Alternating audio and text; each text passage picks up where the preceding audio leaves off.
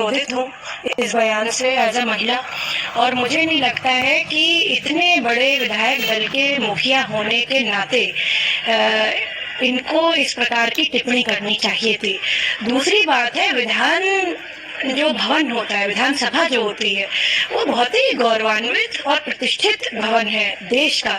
बिहार से कितने लोग आईएएस पीसीएस निकलते हैं, इसका मतलब है लोग बड़े पढ़े लिखे हैं, बड़े सुलझे मानसिकता के हैं। परंतु इस प्रकार की बात करना वहाँ के मुख्यमंत्री की, ये बहुत ही शर्मसार कर देने वाली है। पूरे भारत के लिए ये दिखाता है कि इस प्रकार के लोगों को विधानसभा में होना ही नहीं चाहिए।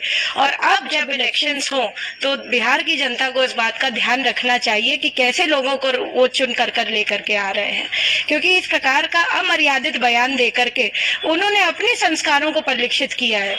ये कोई बात कहने वाली है विधानसभा में? आप बताइए कि इस तरह से बात करने का मतलब क्या था उनका, और उनको माफी भी मांगनी चाहिए, और मुझे तो लगता है कि उनको जो है इस्तीफा दे देना चाहिए इस बात पे। मैम, इतने बार के मुख्यमंत्री बयान आने के बाद अब नीतीश कुमार कह रहे हैं कि मैं अपने शब्द वापस लेना चाहता हूं, मैं माफी मांग रहा हूं। देखिए, एक बार शब्दों का जो बाण होता है ना, वो अगर एक बार निकल गया तो उसको जो है आप वापस कितना भी ले लें, आपकी मानसिकता सबके सामने उजागर हो गई है। और भारत के जो लोग हैं वो बहुत ही सूझबूझ रखने वाले हैं। स्पेशली जैसे मैंने पहले कहा, बिहार के लोग, बहुत सारे ऐसे लोग हैं जो पढ़ने लिखने में बहुत आगे हैं।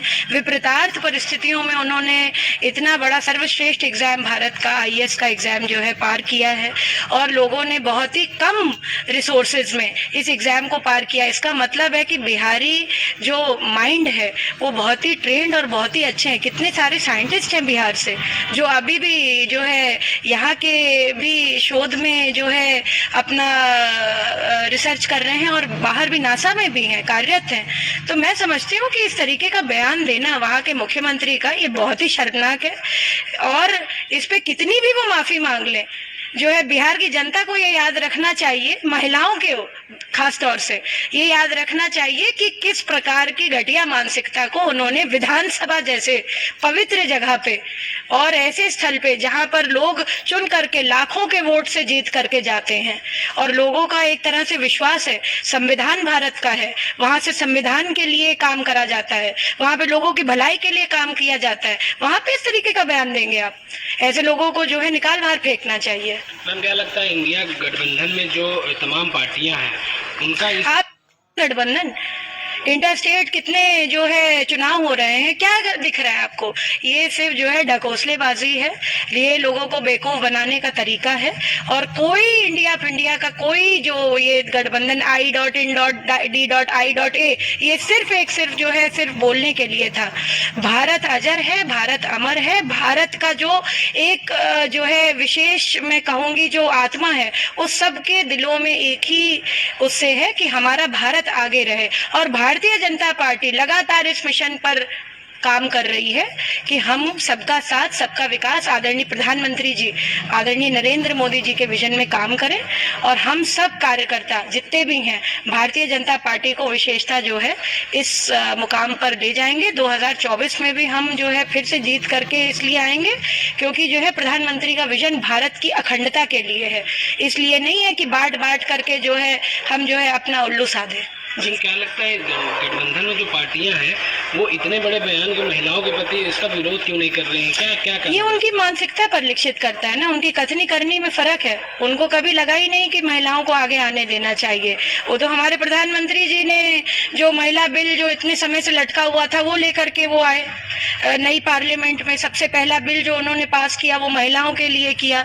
इतना बड़ा संशोधन हुआ पूरे कॉन्स्टिट्यूशन में, तो 33% का जो आरक्षण है वो हर जगह लागू करने की बात कही है उन्होंने। अब वो एक अलग विषय है कि उसमें जो है कुछ क्लॉजेज हैं जिनको ध्यान में रखना पड़ेगा, पर जो है वो बिल तो पास हो गया ना प्रधानमंत्री जी की वजह से, नरेंद्र मोदी जी की वजह से।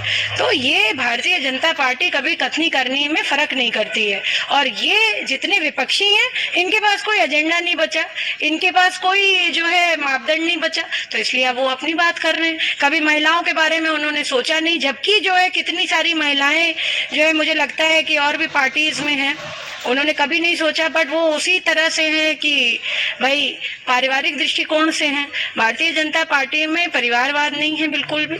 वो अपने मेरिट पे लोग आ रहे हैं, अपने मेरिट पे लोग कर रहे हैं। और प्रधानमंत्री जी का जो विजन है वो बहुत क्लियर है।